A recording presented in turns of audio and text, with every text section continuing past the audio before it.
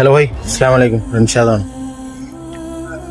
Israel ഗാസയുടെ മേലെ, അതായത് ഫലസ്തീൻ്റെ മേലെ പ്രവർത്തിച്ചിരുന്നതിനേക്കാൾ എത്രയോ ക്രൂരവും പൈശാചികവുമാണ് ഇന്ന് സുഡാനിൽ നടക്കുന്നതെന്ന് പറഞ്ഞാൽ നിങ്ങൾക്ക് തള്ളിക്കളയാൻ പറ്റുമോ? സുഡാനിൽ നിന്ന് വരുന്ന ഓരോ ദിവസം വന്നുകൊണ്ടിരിക്കുന്ന ഫൂട്ടേജുകൾ, അതിൻ്റെ വീഡിയോസ് തെളിയിക്കുന്ന അത്തരത്തിലുള്ള കാര്യങ്ങളാണ്. കാരണം ജസ്റ്റ് നിങ്ങൾക്ക് ഇൻസ്റ്റാഗ്രാം യൂസ് ചെയ്യുന്നവരുടെ ജസ്റ്റ് ആ ഫീൽഡിൽ പോയിട്ട് ജസ്റ്റ് സുഡാനിൽ നിന്ന് സെർച്ച് ചെയ്ത് നോക്കിയാൽ നിങ്ങൾക്ക് കിട്ടുന്ന കുറച്ച് വിഷ്വൽസ് ഉണ്ട്. ആരുടെയും മനസ്സിനെ വേദനിപ്പിക്കുന്ന കുറച്ച് വിഷ്വൽസാണ്.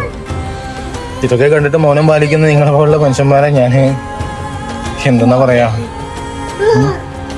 മൗനം നല്ലതല്ല. ചില നേരങ്ങളിൽ മൗനമാണ് നല്ലത്.